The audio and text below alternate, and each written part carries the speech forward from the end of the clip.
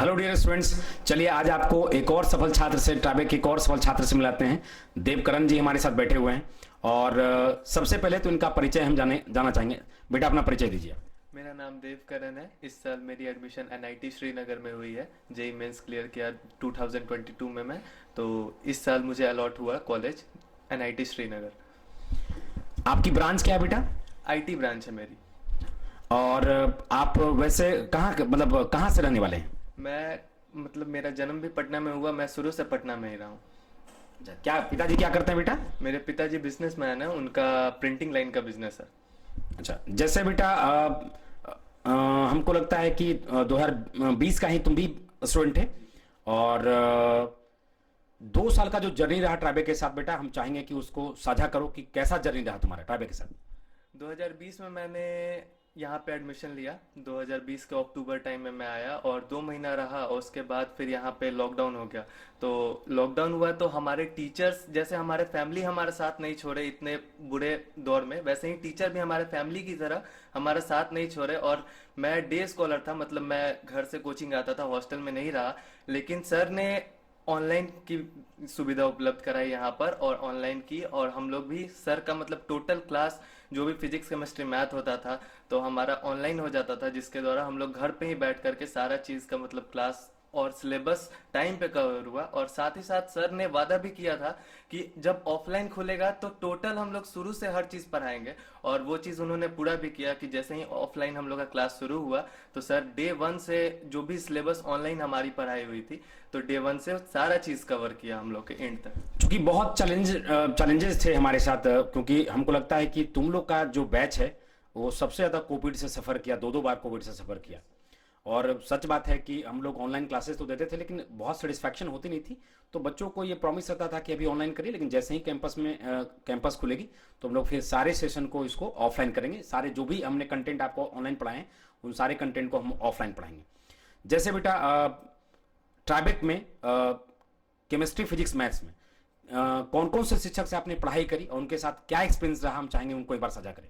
Physics में हमारे teacher धीरज sir थे, संतोष सर थे। वो दोनों भी मतलब उन लोग का भी बहुत अच्छा फैमिली रिलेशन टाइप, मतलब उन लोग भी पढ़ाते थे, इस तरीके से पढ़ाते थे कि मतलब हर चीज़ इजीली समझ में आ जाए। और बीच में मेरा क्लास भी 10-12 दिन छूट गया था मेरी बहन के शादी के कारण से, तो उसको कवर अप करने के लिए सर मुझे अकेले भी पढ़ाते थे, टाइम दे के, अपना कीमती समय दे करके, जो कि अन्य कोचिंग में नहीं होता है। और भी कोचिंग में जैसे कोर फैकल्टी इतना टाइम नहीं देते हैं जितना मैं यहाँ पर आया और देखा, तो कोर फैकल्टी मुझे इतना टाइम दिए, हर चीज़ पढ़ाए। और जो भी डाउट वाउट होता था तो क्लास के बाद भी मैं सर के पास जा करके पूछता था। तो यहाँ तक फिजिक्स केमिस्ट्री मैथ तीनों के टीचर मुझे मिल करके क्लास के बाहर मैं अक्सर जाता था, उनसे पूछ लेता था, तो वो डाउट मुझे क्लियर कर देते थे। केमिस्ट्री में कौन कौन से शिक्षक से पढ़ा बेटा और उनके साथ कैसा एक्सपीरियंस रहा, कैसा बर्ताव करते हैं, कैसा पढ़ाते हैं वो? केमिस्ट्री में मैंने रंजन मिश्रा सर से पढ़ा, और परिपोष सर, अजय सर से मैंने पढ़ा, और और साहिल सर से भी मैंने पढ़ा था। डाउट में साहिल सर हमेशा हमारा ख्याल रखते थे। रंजन सर भी बहुत अच्छे से पढ़ाते थे। उनका क्लास में मतलब केमिस्ट्री, ऑर्गेनिक केमिस्ट्री के टीचर थे, लेकिन ऑर्गेनिक लोग कहता है इतना याद करने वाला, उतना वो इतना इजी तरीके से पढ़ाते थे कि हर चीज़ एकदम इजी क्लास में ही हो जाता था। बस घर जा करके उसको पढ़ना नहीं, क्वेश्चन बनाना पड़ता था। तो उनके साथ मेरा एक्सपीरियंस बहुत अच्छा रहा।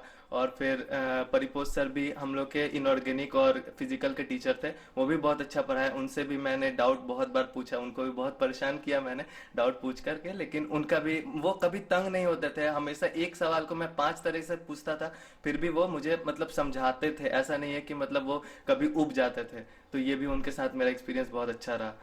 और मैथ्स में कौन कौन से शिक्षक ने ट्रैक किया बेटा? मैथ्स में मैंने अमित सर, मेरे यहाँ के कोचिंग के डायरेक्टर, मैथ्स पढ़ाते थे। और एके सिंह सर भी मैथ्स पढ़ाते थे। एके सिंह सर, अमित सर, दोनों। अमित सर तो मतलब इतना इजी तरीके से मैथ्स को क्लास में ही डील करते थे, तो मतलब उतना प्रॉब्लम होता नहीं था। जो भी क्वेश्चन बनाने में एडवांस और मेंस टाइप के जो क्वेश्चन होते थे, जो मैंने ट्राइबेक के मॉड्यूल से ही बनाया, तो वो सब अगर बनाने में दिक्कत होता था तो सर से मैं कभी इंटरेक्ट किया या कभी मतलब कुछ भी क्लास में भी पूछ लिया, तो फिर वो सब चीज़ क्लियर हो जाता था। बच्चे बेटा अभी इस साल अभी मेंस देने वाले हैं और एडवांस देने वाले हैं, उनके लिए क्या मैसेज है? उनके लिए मेरा मेन मैसेज ये रहेगा कि उनका अभी तक जितना भी टॉपिक जो स्ट्रांग है उसको वो और स्ट्रांग करे, उस पे क्वेश्चन बनाए, क्योंकि क्वेश्चन प्रीवियस ईयर बना लेना ना बहुत फायदा करता है एग्जाम में, क्योंकि उस सेम क्वेश्चन तो कभी कभी आ जाता है, अगर नहीं भी आता है तो उस पैटर्न के बहुत सारे सवाल आ जाते हैं जो एग्जाम में मतलब आपको हिंट करता है कि अरे हाँ इस तरीके का क्वेश्चन हम बना चुके हैं, तो वो बहुत ज्यादा फायदा होगा। तो वो क्वेश्चन पे डील करे, ना कि अब वो नया चीज पढ़ना शुरू करे कि नहीं ये चैप्टर मेरा बाकी है, ये कवर करना है। जितना पढ़े हैं उतना कम से कम जा करके अच्छे से एग्जाम दे, और अप्रैल के सेशन के लिए जो भी बाकी है उसको कवर करे। जैसे बेटा ट्राइबेक का 2 सेगमेंट रहा, एक मैनेजमेंट की टीम रहा, स्टाफ जो नॉन टीचिंग स्टाफ हैं और एक टीचिंग मेंबर रहे, ये दोनों के साथ आपका कैसा एक्सपीरियंस रहा? दोनों से आपको कैसा कोऑपरेशन मिला? क्या दोनों से कोई ऐसी चीजें हैं जो आप साझा करना चाहते हैं? नहीं, दोनों ट्राईबैक में मैं आने के बाद मतलब ये नहीं लगा कि मैं किसी इंस्टीट्यूट में पढ़ रहा हूँ। मुझे लगा कि हाँ एकदम अच्छा रिलेशन रहा, एक टीचर के साथ भी, एक डाउट फैकल्टी के साथ भी, और एक स्टाफ के साथ भी। हर कोई के साथ इतना रिस्पेक्ट और मतलब एक अच्छा रिलेशन जिसको कहते हैं ना, वो रिलेशन रहा यहाँ पर। तो जिससे आदमी को लगा नहीं कि हाँ कहीं हम दूसरे जगह किसी मतलब एक इंस्टीट्यूट में मतलब उस तरीके से पढ़ रहे जहाँ पर किसी चीज को इग्नोरेंस हो। अच्छा से हर चीज पढ़ाई हुआ और प्लस ध्यान दिया गया। एक जैसे अभी आजकल का जो यूथ है बेटा, सबसे ज्यादा सोशल मीडिया पे टाइम स्पेंड करता है और बहुत सोशल मीडिया से डिस्ट्रैक्शन रहते हैं, तो वैसे यूथ को जो प्रिपरेशन करना चाहते हैं आईआईटी या नीट का, उसको क्या मैसेज देना चाहते हो? सोशल मीडिया एक दो सेंस होता है, एक सही सेंस भी है, एक खराब सेंस भी है। अगर आप उससे बहुत ज्यादा डिस्ट्रैक्ट हो रहे हो तो प्लीज आप उसको मतलब दूर ही कर लें, क्योंकि वो मतलब आपके एग्जाम के पॉइंट ऑफ व्यू से मतलब बहुत ज्यादा खराब हो जाएगा। क्योंकि जब आप कभी भी कुछ भी दोगे तो आप बहुत ज्यादा जैसे ऑनलाइन पढ़ ही रहे हो, तो कुछ ऐसा नोटिफिकेशन आ गया जिससे आपको मतलब वो मैसेज सीन करने का मन कर जाएगा, या फिर मतलब आप डिस्ट्रैक्ट हो जाओगे, उसमें आपका 1 घंटा 1.5 घंटा बर्बाद हो जाएगा। तो इस प्रिपरेशन के दौरान सोशल मीडिया से दूरी रहना काफी बेहतर होगा, क्योंकि वो एग्जाम के पॉइंट ऑफ व्यू से बहुत ज्यादा काम देगा। प्लस जैसे अक्सर आजकल होता है कि यूट्यूब पे इतने सारे कंटेंट पड़े हुए हैं कि अगर एक आप कोई चैप्टर का कंटेंट ढूंढो तो 1 लाख कंटेंट आ जाता है, तो उससे बच्चे बहुत कंफ्यूज होते हैं। तो वैसे बच्चों को क्या सलाह दोगे कि एक सब्जेक्ट में उनको सिंगल टीचर को फॉलो करना चाहिए या मल्टीपल टीचर को फॉलो करना चाहिए? इससे मतलब क्या बेनिफिट्स है और क्या लॉसेस हैं, इसके बारे में भी हम जानना चाहेंगे। मल्टीपल टीचर्स के साथ पढ़ने से एक दिक्कत ये होगा ना कि अगर आप एक टीचर से पढ़ रहे हो तो आप उनका कॉन्सेप्ट आपके दिमाग में है और उनका एग्जाम्पल्स आपके दिमाग में है, और मल्टीपल टीचर से पढ़ोगे तो आप क्या होगा ना कि उनका एग्जाम्पल कुछ ऐसा कॉन्सेप्ट आ जाएगा आपके दिमाग में जो मतलब आपको दिक्कत होने लगेगा। क्वेश्चन बनाओगे तो जैसे कहा जाता है ना कि एक बार में 2 नाव पे पैर रख के नहीं चलते हैं, उसी तरीके से यहाँ पे एक टीचर से जब पढ़ रहे तो उनका कॉन्सेप्ट आपके दिमाग में घुसा हुआ है, तो दूसरे टीचर से जब पढ़ेंगे तो फिर प्रॉब्लम ऑब्वियसली आ जाएगा। तो आप अगर ऑफलाइन ही पढ़ रहे हो तो एक जगह अच्छे से पढ़ो, सो डैट कि आपका दिमाग में कॉन्सेप्ट एक जगह अच्छे से रहे। प्लस मैं पर्सनली सजेस्ट करूंगा कि आप ऑफलाइन ही पढ़ो, क्योंकि ऑनलाइन में डिस्ट्रैक्शन बहुत ज्यादा है। डिस्ट्रैक्ट होने के कारण आदमी का मतलब अच्छा से ज्यादा टाइम चला जाता है, उसका टाइम कम रहेगा तो फिर एग्जाम ऑब्वियसली नहीं निकलेगा।